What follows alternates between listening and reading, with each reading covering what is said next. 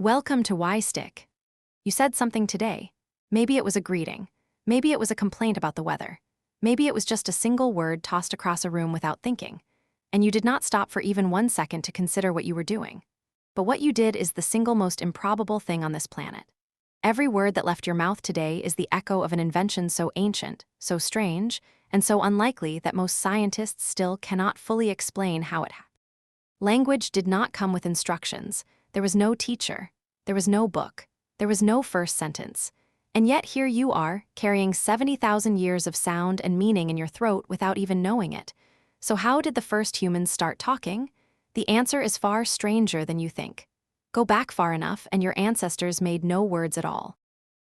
Around 2 million years ago, the earliest members of the human family, Homo habilis, communicated the way most animals still do. Grunts, gestures, facial expressions, the same basic toolkit your dog uses when it wants food. This was not stupidity, it was survival. When you only need to say danger or food or come here, a grunt works perfectly fine. Language is expensive. It requires a brain big enough to store words, a throat shaped the right way to produce them, and a social world complex enough to need them. For most of human prehistory, none of those conditions were fully met, but something started changing.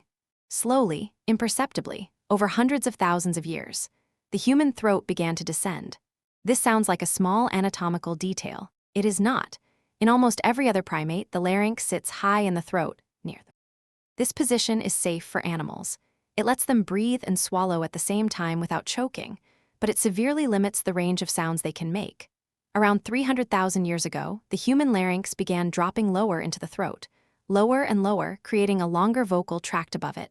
That longer tube became an instrument, a resonating chamber. Suddenly, the human mouth could shape air into a vastly wider range of sounds.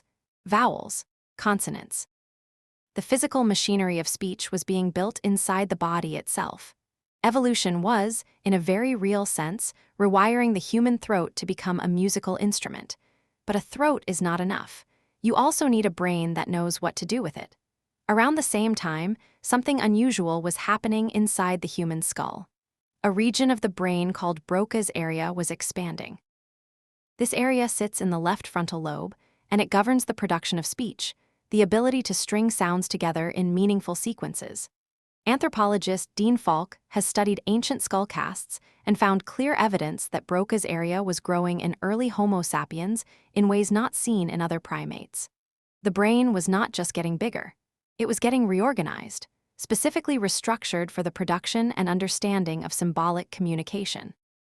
So the hardware was being installed. But when did humans actually start using it? This is the question that haunts paleoanthropologists, because language leaves no fossils. You cannot dig up a conversation. You cannot carbon date a metaphor. What researchers look for instead are proxies, signs that symbolic thinking was happening. And around 70,000 years ago, the archaeological record changes dramatically. Before that threshold, human tool use. The same stone shapes for thousands of generations. Then, suddenly, the record explodes. Ochre pigments used for body decoration. Beads made from shells drilled with precision. Cave paintings. Geometric patterns scratched into rock. A burial site in South Africa called Blombo's Cave, studied extensively by archaeologist Christopher Henshelwood, contained engraved ochre pieces and perforated shell beads dating back 75,000 years. These are not survival. Objects that carry meaning beyond their physical form, and the ability to create symbols is inseparable from the ability to use language. Both require the same cognitive leap, the leap of saying that one thing can stand for another. This is the miracle hiding inside every word you speak. A word is not the thing it describes. The word fire is not hot. The word ocean does not make you wet. But your brain, and the brains of every human who has ever lived, made a deal. We agreed that this particular sequence of sounds would mean that particular thing in the world. And we passed that agreement down through every generation for tens of thousands of years. That agreement is language, and it is the most successful conspiracy in human history. But how did the very first words get chosen? This is where it gets genuinely strange. Linguist Johanna Nichols has spent decades mapping the world's languages and tracing them backward toward their common root. What she found is that the diversity of human language today points toward a single origin point in sub-Saharan Africa. Not one original language necessarily, but one original population from which all human language traditions descend. The sounds may have changed beyond recognition. The grammar structures may have diverged wildly. But the impulse, the deep human compulsion to assign sound to meaning, appears to be universal. No human culture has ever. In the entire record of human history and anthropology, there is no such thing as a people without words. This suggests something radical. Language is not a tool humans invented the way they invented the wheel or the knife. Language appears to be something the human brain generates automatically, given the right conditions. Noam Chomsky called this the language acquisition device, the idea that the brain comes pre-wired with a capacity for grammar, for structure, for syntax. Children do not learn language the way they learn to ride a bike. They absorb it. They reconstruct it. A child raised hearing a pidgin language, a crude mishmash with no real grammar, will spontaneously create a richer, more structured version of it by the time they are adults. The grammar comes from inside. The words come from the world. But the architecture of language seems to come pre-installed in the human mind. Think about what that means for a moment. Inside your skull, right now, is a structure that was shaped over hundreds of thousands of years specifically to produce and receive language. Your brain did not come blank and then learn to talk. It came ready. It was waiting for words the way a lock waits for a key. And the first words, researchers like Tecumseh Fitch suggest they may not have started as words at all. Early proto-language was likely a blend of gesture, vocalization, and facial expression, a multimodal system that slowly shifted toward being primarily vocal as humans began living in darker environments where gestures could not always be seen. Firelight changed communication. When you gather around a fire at night, hands in the darkness become invisible. But voices carry. Sound travels through dark and through walls and through dense forest. The voice became. And once it did, the sounds it made needed to carry more and more precise meaning. And so, word by word, the vocabulary grew. It grew slowly, then faster, then explosively, because language feeds on itself.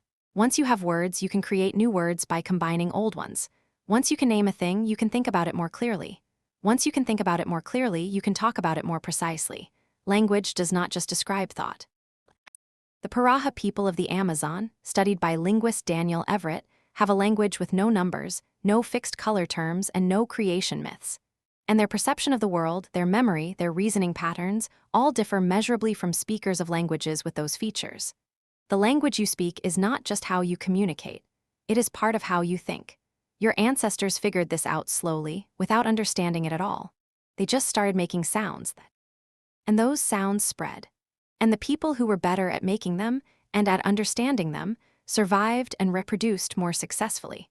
Because language is a survival tool of almost unimaginable power. It lets you warn someone about a danger you saw yesterday. It lets you teach a skill you spent a lifetime learning in a single afternoon. It lets you coordinate 20 people toward a single goal without any of them ever having done it before.